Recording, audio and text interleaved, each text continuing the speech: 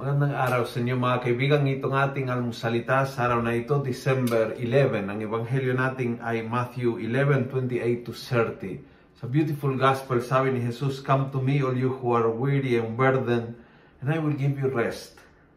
Take my yoke upon you and learn from me, for I am gentle and humble of heart, and you will find rest. For my yoke is easy and my burden is light." Sana kumbensihin natin na anumang burden na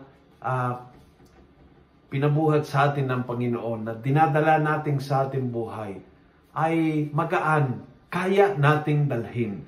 Minsan kasi nagpatalo tayo, feeling na di ko kaya itong sakit na ito, di ko kaya itong problema sa aming pamilya, di ko kaya itong bagsak ng aming negosyo, di ko kaya itong relationship na dumadaan sa isang crisis. Feeling natin na the burden is too heavy, na hindi natin kaya. At ang sinabi ng Panginoong Jesus is, no, take my yoke. My yoke is what connects ng dalawang kalabaw at doon po mapunta yung bigat ng araro.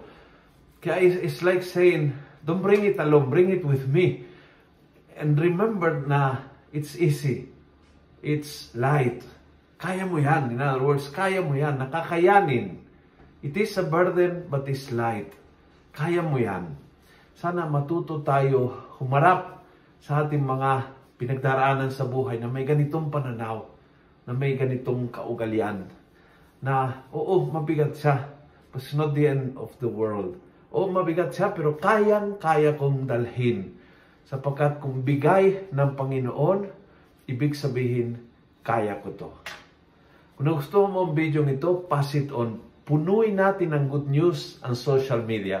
Gawin natin viral, araw-araw ang salita ng Diyos. And God bless.